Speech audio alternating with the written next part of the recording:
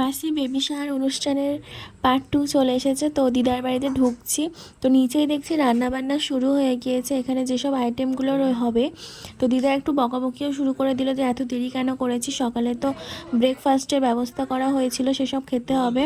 উপরে উঠে দেখি যে কেউ নেই, মাসিমণি রান্না করছে আর বোনেরা বসে রয়েছে।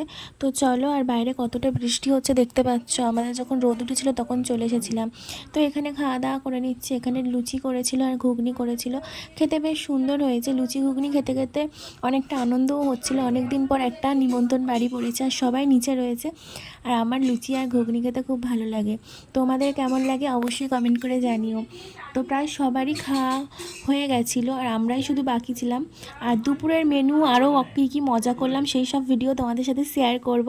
আমার পাশে থেকো, আমি নতুন মিনি ব্লগ করছি। তোমরা সবাই আমাকে একটু সাপোর্টও করে দিও, ভালোবাসা দিও। টাটা, বাই বাই, দেখা হচ্ছে পার্ট